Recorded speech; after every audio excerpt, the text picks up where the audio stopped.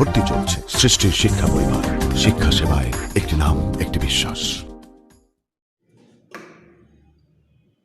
সুপ্রিয় শিক্ষার্থী, আদাব। আশা করি তোমরা সবাই ভালো আছো। আজকে আমি তোমাদের সামনে হাজির হয়েছি বাংলা প্রথম পত্র নবম দশম শ্রেণী সাহিত্যের রূপরীতির দ্বিতীয় ক্লাস নিয়ে। তো আজকে আমার টপিকস হচ্ছে নাটক। নাটক কি? আমরা যদি সবাইকে বলে থাকি কোনো কিছু ঘটনার অনুকরণ, তবে সেটা সৃজনশীল অনুকরণ হতে হবে, ক্রিয়েটিভিটি থাকতে হবে, সেগুলোকে আমরা সাধারণত নাটক বলতে পারি। আমাদের বাংলা নাটকের ক্ষেত্রে যার নাম সবার আগে উল্লেখ করতে হয় তিনি হচ্ছেন মাইকেল মধুসূদন দত্ত। বাংলা নাটকের মূলত আসলে সার্থক নাটক প্রথম তিনি নির্মাণ করেছেন, শর্মিষ্ঠা। তার পূর্বে আমাদের বাংলা সাহিত্যে নাটক বলে যেগুলো অভিনীত হতো অধিকাংশ বিষয়গুলো ছিল ভাড়ামি জাতীয়। সেখানে প্রকৃতপক্ষে নাটকের যে বৈশিষ্ট্যগুলো, নাটকের যে উপাদানগুলো থাকা প্রয়োজন সেগুলো আমরা পাই না। তো এই নাটককে সংস্কৃত আলংকারিকগণ এই নাট্য সাহিত্যকে কাব্য সাহিত্যের মধ্যে গণ্য করেন। তার সংস্কৃত আলংকারিকগণ নাটককে কোন সাহিত্যের অন্তর্ভুক্ত মনে করেন? কাব্য সাহিত্যের অন্তর্ভুক্ত মনে করেন, স্থান দিয়েছেন। আর তাদের মধ্যে কাব্য দুই প্রকার, দৃশ্যকাব্য এবং শ্রব্যকাব্য। দৃশ্যকাব্য কি? যা দেখা যায়। শ্রব্যকাব্য কি? যা একই সাথে শোনা যায়।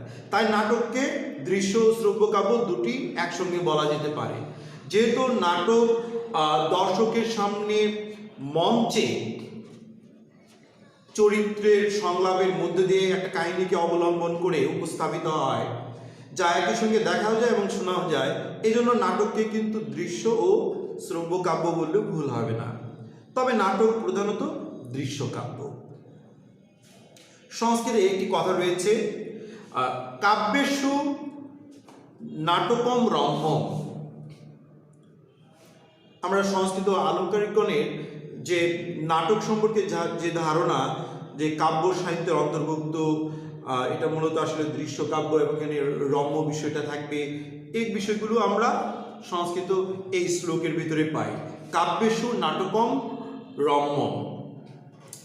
তো আমরা একটু খেয়াল করি যে নাটকের বিষয়টা নিয়ে, যে সাহিত্যের যতগুলো শাখা রয়েছে তার মধ্যে নাটক হচ্ছে সর্বাপেক্ষা প্রাচীন রীতি।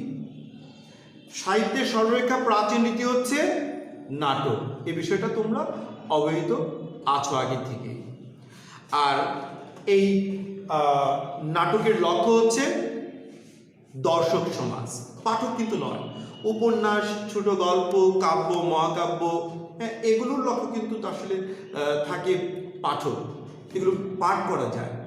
কিন্তু নাটক কিন্তু পাঠ করে কেউ পড়ে না। এটি দর্শক সমাজ রঙ্গমঞ্চে যখন সেটা উপস্থাপিত হয় অভিনয়ের মাধ্যমে, চরিত্রের সংলাপের মাধ্যমে, তখন এটা দর্শক সমাজ দেখে থাকেন। এই জন্য নাটক এর লক্ষ্য পাঠক নয়, দর্শক সমাজ। আরেকটা বিষয়, নাটক কিন্তু সরাসরি পাঠক এবং সমাজকে প্রভাবিত করতে পারে। তো এই বিষয়টি নিয়ে আমরা পরে আলোচনায় আসব। তো প্রথমে আমাদের জানতে হবে নাটকের উপাদান সম্পর্কে। তোমরা বোর্ডে দেখতে পাচ্ছ নাটকের উপাদান চারটি এখানে আমি আলোচনা করেছি। মূল ভাবনা বা প্রমিস, কাহিনী বা প্লট, চরিত্র এবং সংলাপ। এই চারটি বিষয় যদি নাটকের স্থান যথাযথভাবে না পায় তাহলে সেটা কখনো সার্থক নাটক হতে পারবে না। তো মূল ভাবনাটা বা প্রমিসটা কি? একজন নাট্যকার যখন কোনো নাটক রচনা করেন তখন তার একটা উদ্দেশ্য থাকে। তার সেই উদ্দেশ্যটা কি? সেই উদ্দেশ্যটাকে কিন্তু বলা হচ্ছে নাট্যকারের মূল ভাবনা বা প্রমিস। এটা প্রত্যেক নাটকের ক্ষেত্রে প্রত্যেক নাট্যকারের থেকে থাকে। এই যে বিষয়টা মূল ভাবনা বা প্রমিস, কোনো নাট্যকার যদি না থাকে তার ভিতরে, তাহলে যথার্থ নাটক কিন্তু উপস্থাপিত হবে না বা হবে না সার্থক নাটক। 2 নম্বর আমরা দেখতে পাচ্ছি কাহিনী বা প্লট। সাহিত্যের অন্যান্য শাখার মতো বিশেষ করে উপন্যাস, ছোট গল্প, মহাকাব্য এগুলোর মতো নাটকেও একটি কাহিনী থাকবে। এই কাহিনী বা প্লট এর মধ্যে দিয়ে ঘটনা প্রবাহমানতা চলবে এবং সেই কাহিনী কাকে অবলম্বন করে এগিয়ে যাবে, কোনো চরিত্রকে অবলম্বন করে সেই কাহিনীটা অগ্রসরমান হবে।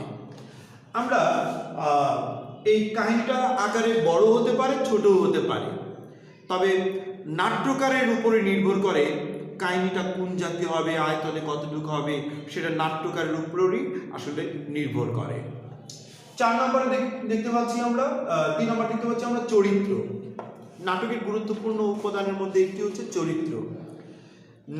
নাট্যকার যে কাহিনীটা এখানে উপস্থাপন করছেন সেই কাহিনীটা আসলে চরিত্রের মধ্যে দিয়ে কিন্তু বিকশিত হচ্ছে বা চলমান থাকছে। এই চরিত্রগুলো সংলাপের মধ্যে দিয়ে তাদের অবস্থাকে ফুটিয়ে তুলছেন। অর্থাৎ কাহিনীকে পুরোপুরি ব্যক্ত করতে হলে চরিত্রের সহায়তা নিতে হবে। চরিত্র ছাড়া কাহিনীর সুস্পষ্টতা সম্ভব না। সুতরাং কাহিনী নির্মাণ করতে গিয়ে নাট্যকার যে পাত্র পাত্রী এখানে আনছেন সেই পাত্র পাত্রীগুলি হচ্ছে চরিত্র, আর চরিত্রগুলো সংলাপের মধ্যে দিয়ে কোনো নাটককে প্রাণবন্ত বা জীবন্ত করে দর্শকদের সামনে উপস্থাপন করতে পারেন। তাই আমরা 4 নম্বর উপাদান সংলাপকে আমরা নাটকের প্রাণও বলে থাকি। যে নাটকের সংলাপ যত হৃদয়গ্রাহী হবে সেই নাটক ততটুকুই দর্শক নন্দিত হবে এবং সেই নাটকটি কালজয়ী সাহিত্য হিসেবেও পরিগণিত হবে। এই হচ্ছে নাটকের 4টি উপাদান। আমরা ঐক্যের বিষয়টা দেখব। নাটকের 3টি ঐক্য রয়েছে। অ্যারিস্টটল নাটকে 3টি ঐক্যের কথা বলেছেন। তার নাটক সংশ্লিষ্ট যে গ্রন্থ রয়েছে সেই গ্রন্থে অ্যারিস্টটল 3টি ঐক্যের কথা বলেছেন: স্থানের ঐক্য, কালের ঐক্য, ঘটনার ঐক্য। তাহলে স্থানটা কেমন হবে, নাটকের স্থানটা কেমন হবে? নাটক তো মঞ্চে উপস্থাপিত হবে, যে স্থান থেকে ঘটনার আদ্যপ্রান্ত বর্ণনা করা সম্ভব, যে স্থানটা এমন ডিফারেন্সে হবে না, এমন পার্থক্য হবে না যা দর্শকের কাছে অবিশ্বাস্য মনে হতে পারে। যেমন দেখা যাচ্ছে যে নায়িকা রয়েছে বাংলাদেশে, নায়ক রয়েছে দূর দেশে, সেটা ভারত হোক, ইংল্যান্ড হোক বা সৌদি হোক। তো এইভাবে যদি কাহিনী নির্মাণ করতে গিয়ে যদি দেখা যাচ্ছে স্থান দুই জায়গায় একই নাটকের মধ্যে উপস্থাপনের মাঝে হঠাৎ করে নাটকের পাত্রপাত্রী এক দেশ থেকে আরেক দেশে এসে উপস্থাপিত হলো, তাহলে এটি কিন্তু বিশ্বাসযোগ্যতা হারাবে। অবশ্যই স্থানের বিষয়টা অবশ্যই মাথায় রাখতে হবে যে এটা বিশ্বাসযোগ্য স্থান যেন হতে পারে, যা কাল বা সময়ের উপরে বলা হয়েছে যে 24 ঘন্টার মধ্যে ঘটা সম্ভব, এমন সময় যেহেতু উল্লেখ করতে হবে। তো স্থানটাও 24 ঘন্টার মধ্যে ঘটা সম্ভব বা তারও কম সময়ের মধ্যে ঘটনা ঘটানো সম্ভব এমন স্থান থাকতে হবে। ঘটনার ঐক্য, নাটকে একাধিক ঘটনা থাকতে পারে, তবে সকল ঘটনার মধ্যে যোগসূত্র থাকতে হবে। তো এই যে নাটকের 3টি ঐক্য, আমরা অধিকাংশ নাটকগুলোতে এই জাতীয় ঐক্যকে দেখতে পাই না। শুধু ইংরেজি সাহিত্যিক বেন জনসন তার সকল নাটকে এই 3টি ঐক্য উপস্থাপন করতে উনি সমর্থ হয়েছেন। এছাড়া আমরা যদি বলি শেক্সপিয়রের দি টেম্পেস্ট এবং দি কমেডি অফ অ্যারোস, এই 2টি নাটকে শুধুমাত্র এই 3টি ঐক্যে প্রকাশ করতে উনি পেরেছেন, সমর্থ হয়েছেন। তার অধিকাংশ নাটকে কিন্তু 3টি ঐক্যের উনি যথার্থ প্রয়োগ করতে পারেননি। আমরা এবার অঙ্কে দেখব। নাটক 5টি অঙ্ক থাকে: প্রারম্ভ, প্রবাহ, উৎকর্ষ, প্রতিভূজন, উপসংহার। নাটকে একটা প্রারম্ভ থাকতে হবে। তবে সেই প্রারম্ভ আধুনিককালে আমরা যে নাটক রচনা করছি সেই প্রারম্ভ আর সংস্কৃত নাটকের, যেহেতু সংস্কৃত নাটকের ফর্মেটে আমাদের বাংলা নাটকটা নির্মিত হয়েছে, যে প্রারম্ভ ছিল তো দুটোর মধ্যে তফাৎ ছিল। যে সংস্কৃত নাটকের প্রারম্ভে প্রথমে তারা দেখা যাচ্ছে যে গুরু বন্দনা করে, বিভিন্ন পূজা পার্বণের বিষয় থাকে, পাত্রপাত্রীর সরাসরি প্রবেশ ঘটে না। কিন্তু আমরা আধুনিক বাংলা নাটকের ক্ষেত্রে দেখব যে প্রারম্ভ ওরকম না, যে কোনো একটা ঘটনা, একটা চরিত্রকে কেন্দ্র করে শুরু হচ্ছে, প্রবাহ ঘটনার চলমানতা থাকছে, উৎকর্ষ, নাটকের চরম দ্বন্দ্বকে বলা হয় উৎকর্ষ, গ্রন্থিমোচন, যে দ্বন্দ্বের অবসান ঘটানোর জন্য নাট্যকার যে গ্রন্থিমোচন অংশ সেখানে উনি উপস্থাপন করবেন কিভাবে নাটকের সমস্যার জট খুলে গেল এবং একটা উপসংহারের মধ্যে দিয়ে নাটকের সমাপ্তি ঘটবে। তো আমরা বলছিলাম যে পাঠ্যপুস্তকে বা সমাজকে সরাসরি নাটক প্রভাবিত করতে পারে। তার উৎকৃষ্ট প্রমাণ কিন্তু দীনবন্ধু মিত্রের নীলদর্পণ নাটকটি। যখন আমাদের এই উপমহাদেশে ইংরেজ নীলকর সাহেবদের অত্যাচার, বিশেষ করে নীল চাষকে কেন্দ্র করে এদেশে সাধারণ চাষিকে বাধ্য করা, নীল চাষের তারা যদি সম্মতি না জানাতো তাদেরকে অত্যাচার করা, বাড়ির মা বোনদেরকে ধরে নিয়ে যাওয়া, ইত্যাদি ইত্যাদি কিছু করত। তো তখন দীনবন্ধু মিত্র উক্ত বিষয়টিকে কেন্দ্র করে উনি রচনা করলেন নীলদর্পণ। মাইকেল মধুসূদন দত্ত নাটকটির ইংরেজি অনুবাদ করেছিলেন এবং এই নাটকটি যখন বিলেতে মঞ্চায়িত হলো তখন কিন্তু আসলে ইংরেজরা লজ্জায় পড়ে গেলেন। তারা কিন্তু সাথে সাথে এই উপমহাদেশে নীল চাষ, জোর করে নীল চাষ করানো যাবে না বিষয়টা কিন্তু তারা আইন করে নিষিদ্ধ করে দিলেন। তা আমরা দেখতে পাচ্ছি যে নাটক সরাসরি পাঠ্যপুস্তক বা সমাজকে কিন্তু প্রভাবিত করতে পারে, এটা কিন্তু সত্যি ঘটনা। তো নাটকের আমরা কাহিনীর বিষয়বস্তু বা পরিণতির দিক থেকে নাটকে প্রধানত 3 ধরনের ভাগে ভাগ করতে পারি: ট্র্যাজেডি, কমেডি, প্রহসন। তো তার মধ্যে ট্র্যাজেডি বিষয়টা হচ্ছে সবচেয়ে গুরুত্বপূর্ণ।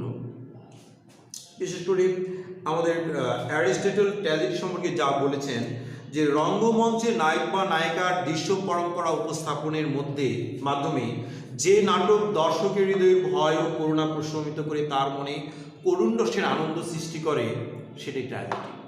তো তুমি একটা নাটক দেখছো, নাটকে প্রচণ্ড কষ্ট দুঃখ রয়েছে, তারপরও কিন্তু সেটা তুমি অ্যাভয়েড করছো না, তোমার কাছে খুব ভালো লাগছে, তুমি দেখছো, তার মানে কি যে এই দুঃখ কষ্ট কিন্তু তোমার কাছে ভালো লাগছে, তোমার ভিতরে এক প্রকার করুণ রসের আনন্দের সৃষ্টি করছে।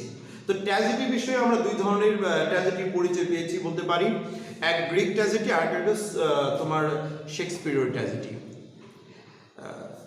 শেক্সপিয়র তার সমস্ত নাটকে যে ট্র্যাজেডিটা দেখিয়েছেন, আমরা সফোক্লিসের ইডিপাস নাটকের কথা বলতে পারি, গ্রিক ট্র্যাজেডি, সার্থক গ্রিক ট্র্যাজেডি, এই নাটকে কিন্তু আবার ওই ধরনের ছিল না।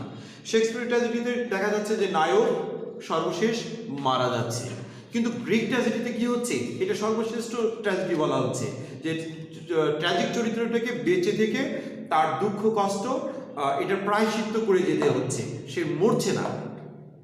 তো আমরা আশা করি নাটকের বিষয়ে আজকের ক্লাসে মোটামুটি একটি ধারণা দিতে পেরেছি। আমরা আগামী ক্লাসে সাহিত্যের রূপরীতি ছোট গল্প অংশে আলোচনা নিয়ে হাজির হব। সেই পর্যন্ত তোমরা ভালো থাকবে, সুস্থ থাকো, এই কামনা শেষ করছি। আদাব।